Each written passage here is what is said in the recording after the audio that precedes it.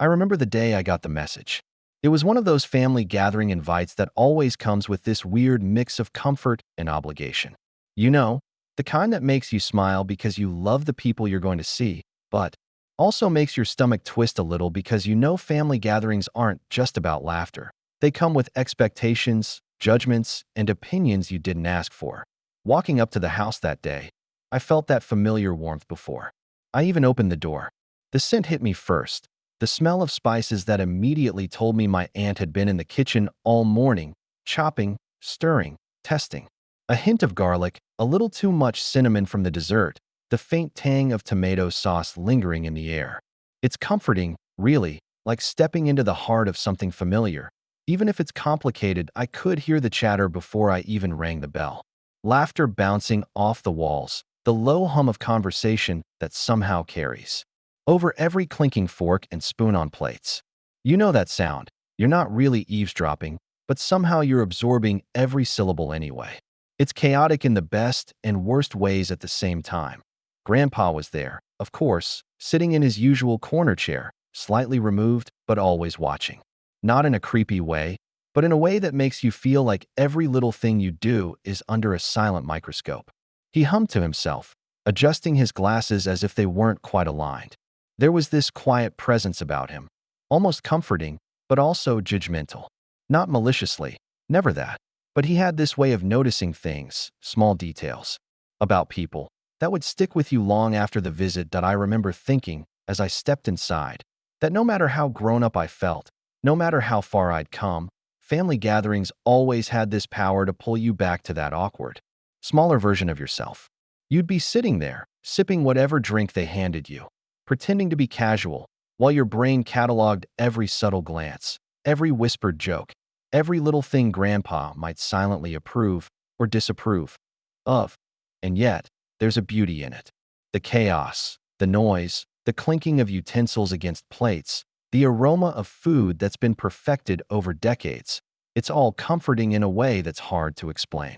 Like a warm blanket that's a little scratchy, but still feels like home. That I had no idea then that this particular visit was going to be different, that the familiar mix of comfort and obligation would twist into something I wasn't ready for.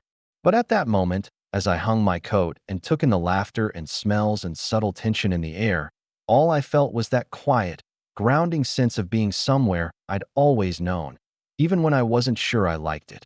Walking through the front door, the first thing that hit me wasn't the smell of food this time. It was the sound. The overlapping chatter, laughter, and occasional sharp tone of someone correcting another. It all hit me like a wave. I paused for a moment in the doorway, letting my eyes adjust and my brain catalog what was happening. Family gatherings always have this strange rhythm.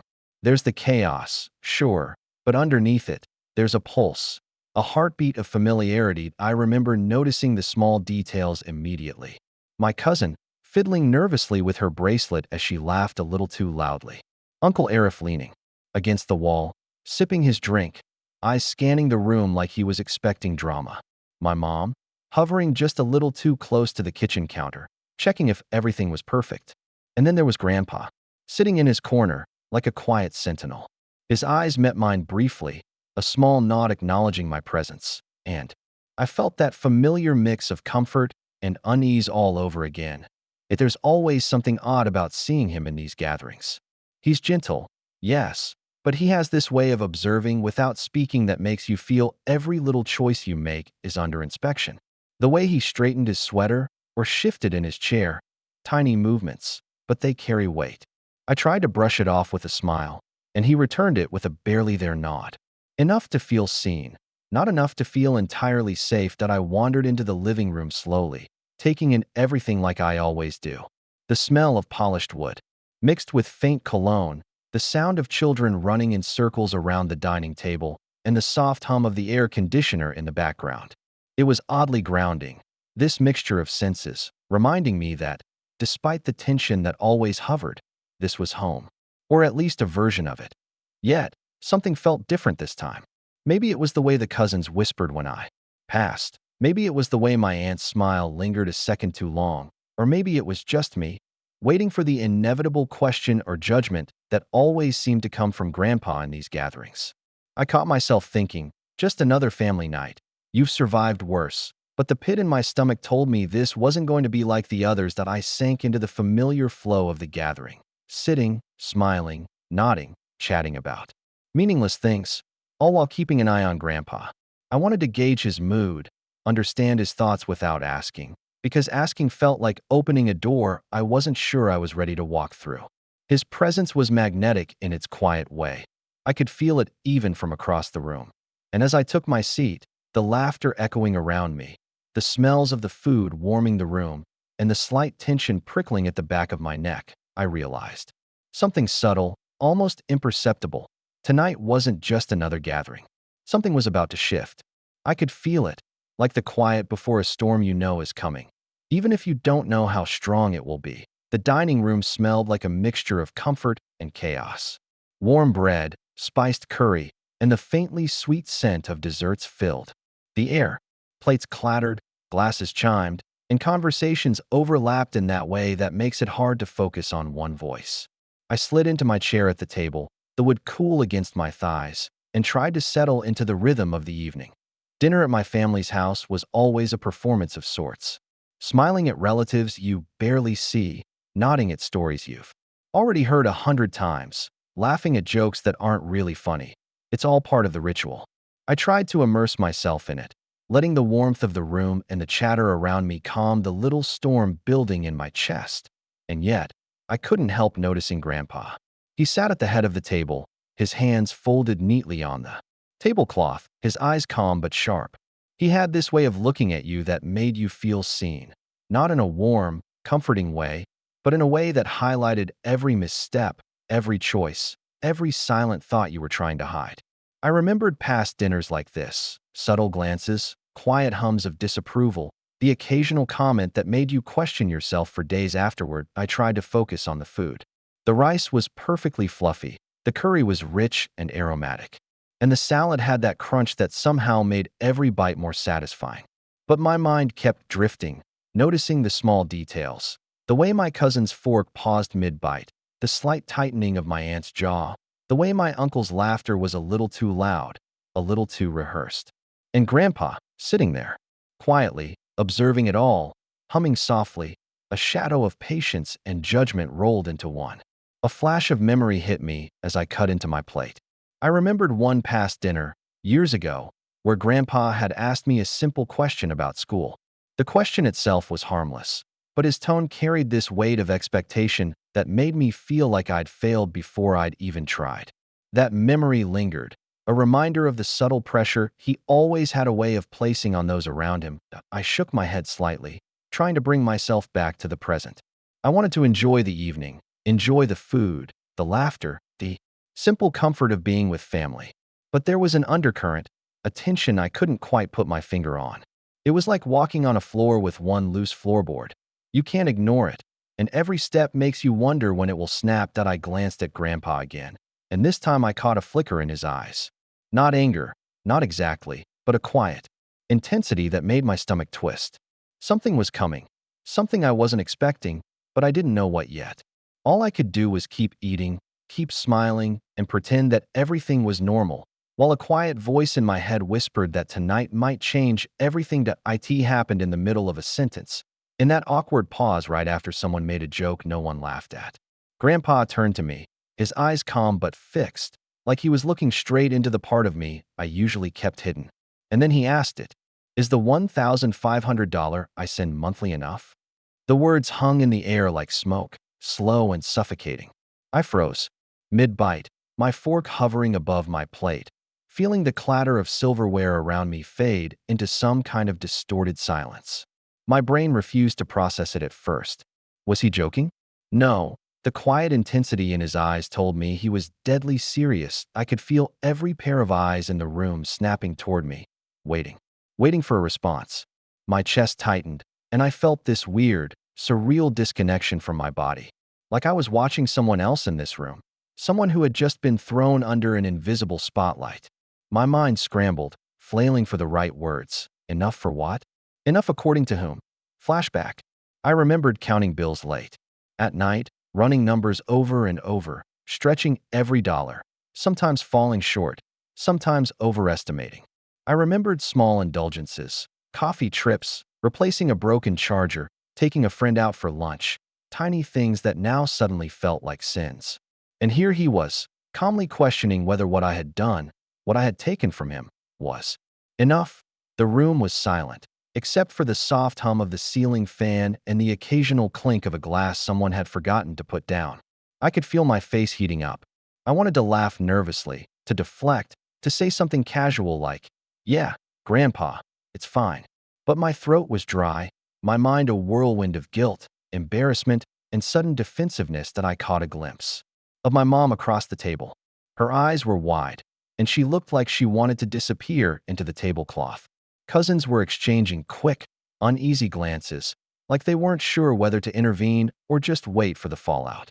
Every laugh, every whisper, every fork scrape around me suddenly felt magnified. I opened my mouth, then closed it. Words refused to come out at first. I felt the weight of his question pressing down, not just on me, but on everything I thought I understood about family, responsibility, and love. And in that moment, I realized this wasn't just about money.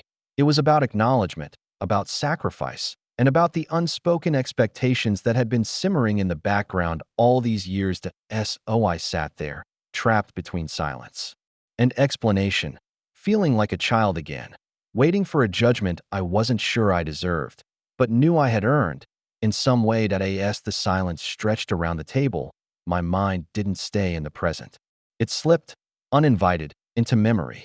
I could see myself in my small apartment, late at night, bills scattered across the kitchen table like a battlefield. The dim glow of a single lamp highlighted the lines of worry etched into my face. Every month, I'd stare at those numbers, counting, recounting, shifting money around, trying to make it stretch further than it wanted to. I could feel the anxiety back then, that tight coil in my stomach that never fully released. That I remembered the emergency last year, the water heater bursting, a friend needing help, a medical bill that came out of nowhere. I used part of what Grandpa had sent, rationalizing it, telling myself, this is temporary, this is fine, I'll make it work. And in the moment, it had been fine. But now, under the weight of his gaze, under the scrutiny of the entire room, those moments felt like betrayals, like tiny fractures in trust one hadn't noticed before. I remembered small indulgences too. The late-night coffee runs, the occasional lunch out with friends, buying a little something to brighten my apartment. Nothing extravagant, nothing reckless. But in hindsight, every dollar felt like a choice, a statement, a judgment waiting to happen. The guilt bubbled up in me like a storm I hadn't expected to face tonight. There was also Grandpa himself in these memories, how he worked tirelessly, for decades, saving and sacrificing for his family in ways I could barely comprehend at the time. I'd watched him return from long shifts, exhausted but still ready to help someone, fix something, lend a hand. I remembered thinking back then, he doesn't need my help, he has enough. And now, sitting across from him, hearing that question, I realized just how much it had all meant to him. The trust, the acknowledgement, the responsibility. The flashback was sharp, almost painful. I could feel the weight of all those late nights, all those small decisions, all the tiny compromises I'd made. And I could feel, with startling clarity, that this wasn't just about money. It was about love, accountability, and respect. About whether I had honored the sacrifices that had been made for me all my life. I blinked, and suddenly I was back at the table. The fork in my hand felt heavier than before, the chatter of the room louder, the eyes of family members more piercing. I could feel the tightness in my chest, the ache in my stomach, the sudden realization that words alone might not be enough to bridge the invisible gap that had opened between us. And yet, beneath the shame and guilt, there was a flicker of something else, a desire to explain, to be understood, and maybe, just maybe, to make things right. Back at the table, I could feel the room holding its breath. Every laugh, every clatter of a fork, every subtle shift of a chair seemed louder now, sharper, almost accusing. I could see it in the way my cousins exchanged nervous glances, the way my mom's fingers tapped lightly against her glass, the way Uncle Arif's smile had frozen just a fraction too long. Everyone was waiting for me to respond, and I didn't know whether to speak, apologize, or retreat into silence, I felt this tight coil in my stomach, a familiar anxiety that made my hands clammy and my throat dry. I wanted to justify myself, to explain how I'd used the money responsibly, how every decision had been weighed, measured, and sometimes reluctantly made. But the words felt heavy, as if each one carried the weight of judgment not just from Grandpa, but from the room itself. That I noticed the subtle body language, the slight lean forward of a relative, the quiet tightening of a jaw, the half smile. That didn't quite reach the eyes. It all screamed expectation, anticipation, the kind of tension that makes your heart pound in your chest and your brain spin in circles. Say something. Don't say anything. Just breathe. My inner monologue became a frantic loop, clashing with the calm, measured voice I tried to present. And Grandpa, oh Grandpa, he hadn't moved. He was still sitting there, hands folded, eyes locked on me. Not angry, not disappointed, yet, but patient, unmoving, unflinching. I could feel the pressure radiating off him, a quiet intensity that made me question every choice I'd ever made with the money he'd trusted me with. I glanced at my mom, silently pleading for a cue. Her expression was a mixture of fear and sympathy, and I could almost hear her thoughts. Just say something, anything, or it'll get worse. But I couldn't speak. My mind was tangled in flashbacks, guilt, defensiveness, and a creeping embarrassment that made my cheeks burn. I tried to focus on small details, the patterned tablecloth, the faint glint of sunlight catching the fork, the way a child laughed too loudly at a joke. These sensory anchors were supposed to calm me, to tether me to something normal, but they couldn't. The tension was thick, almost physical, pressing in from all sides. Every passing second felt like a lifetime. I realized then that this wasn't just about money or responsibility. It was about perception, expectation, and my own fear of disappointing someone I'd always respected. It was about standing in the middle of a room full of family, feeling the weight of their silent judgments, and wondering if any explanation could ever be enough. That I wanted to speak. I wanted to defend myself. I wanted to apologize.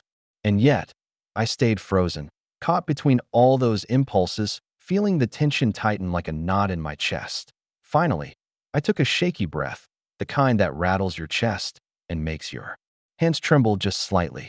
I knew I couldn't stay frozen forever. Everyone's eyes were still on me, and the silence had stretched so long it almost felt physical, like a weight pressing down from all sides. I swallowed, trying to steady my voice, and then I spoke. I use the money the way I think is responsible. I started, my words uneven at first. Bills, emergencies, small things. I try to make it last, to make it matter. My voice cracked a little at the end, betraying the anxiety I'd been holding in for weeks, months, years, all distilled into this moment. Grandpa didn't interrupt. He just nodded slowly, his gaze steady, almost gentle. And that's what made it worse. His silence wasn't judgment, it was waiting. Waiting for more, for honesty, for the truth I hadn't fully admitted to myself until now. I continued, more carefully this time. I know it's not just money. I know it's about trust, about sacrifice. And I feel like I haven't always honored that. I wanted to, but sometimes I didn't know how. Sometimes I messed up. The words tumbled out, a mix of confession and plea, my chest tightening with every syllable. Flashbacks flickered behind my eyes. Me, late at night, staring at bills. Me, handing a friend some cash in an emergency. Me, feeling guilty for buying a small coffee for myself while knowing he had worked long hours to send that money. All those little moments now swirled into a single, overwhelming wave of vulnerability. That I glanced at the family around me. Faces softened a little, but the tension was still there, hovering in the air like a storm cloud refusing to break. I could feel the emotions shift in the room. Some were sympathetic, some anxious, and some quietly calculating how this revelation would fit into their own narrative of me. But all I could focus on was Grandpa. His eyes didn't harden, didn't flick away. They held me, steady and unflinching. And then he spoke, quietly, almost in a whisper that somehow carried across the room. I just want to know you're trying. That you understand why I do this. That you respect the effort, even when you can't see the full picture. It hit me then, the depth behind his question. It wasn't accusation, not exactly. It was concern, love even, and a desire to be seen. to know that his sacrifices mattered. My chest ached, my throat tightened, but for the first time that evening, I felt a bridge forming between us, a fragile one, but real. The room seemed to exhale along with me. I wasn't fully relieved, not yet, but I had spoken. I had opened myself, laid bare the guilt, the confusion, the small failures I'd carried silently. And in doing so, I had taken the first step toward understanding, toward reconciliation, and toward seeing Grandpa, not just as a figure of judgment, but as a man who cared deeply, even if his method was sometimes harsh. After my words finally settled in the room, Grandpa leaned back in his chair, fingers interlaced, eyes softening in a way I hadn't seen all evening. He didn't scold me, didn't lecture. Instead, he started to share. "I asked because I want you to understand," he said quietly, voice low but steady. "I worked for years, long hours, saving what little I could, not just for myself, but for all of you. Every dollar I send isn't just money. It's effort, sacrifice, a piece of my life I'm entrusting to you." Hearing him speak, I felt a weight lift slightly, though it wasn't entirely relief. There was also a sting, a subtle heartbreak.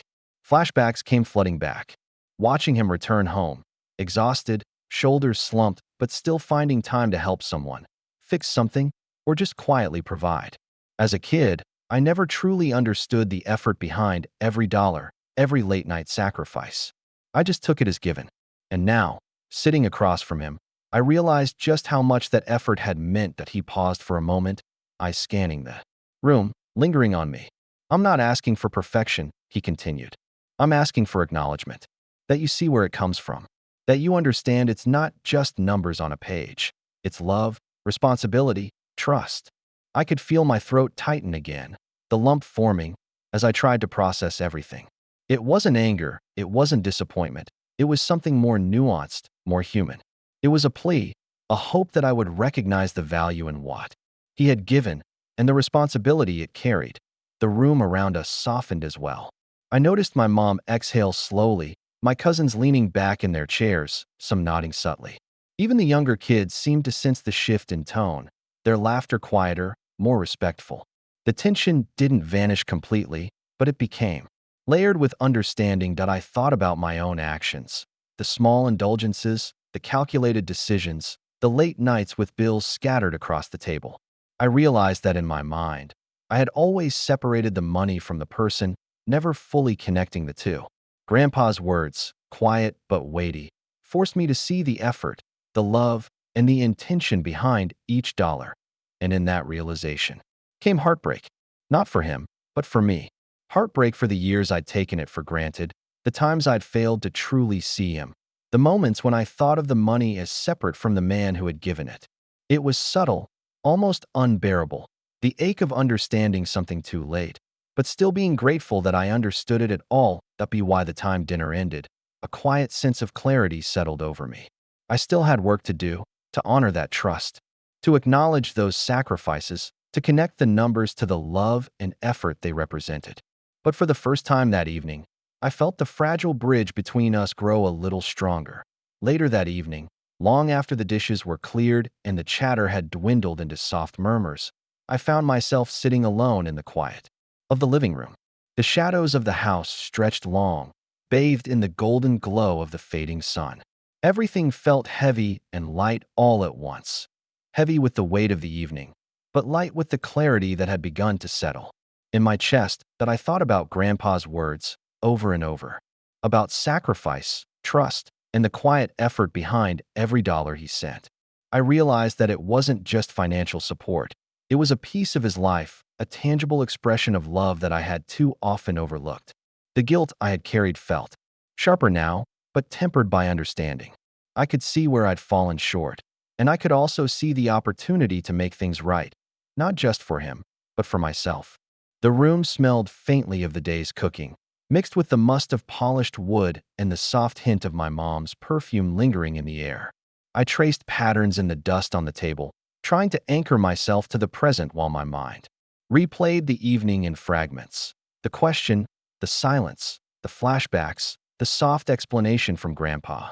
Each moment had felt like a small earthquake, shaking something loose inside me that I reflected on the nature of family and how complicated it could be. Love was never simple. Responsibility was never clean-cut. Even the smallest actions carried layers of meaning I hadn't always noticed. I realized that gratitude wasn't just saying thank you. It was seeing the effort, the sacrifice, and the intentions behind someone's actions. And I knew now that I had a choice. To let this moment pass as a quiet regret, or to carry it forward as a lesson, a promise to do better, to be more aware, to connect the numbers to the love behind them that I thought of my own life, my routines, my struggles, my small victories, and how often I separated responsibility from intention. How easy it was to see the money, but not the effort behind it. And I felt a subtle shift in myself, a quiet determination to bridge that gap, to honor what had been given, not just materially, but emotionally. Sitting there in the fading light, I finally allowed myself to breathe fully. The tightness in my chest began to loosen, replaced by a sense of acceptance.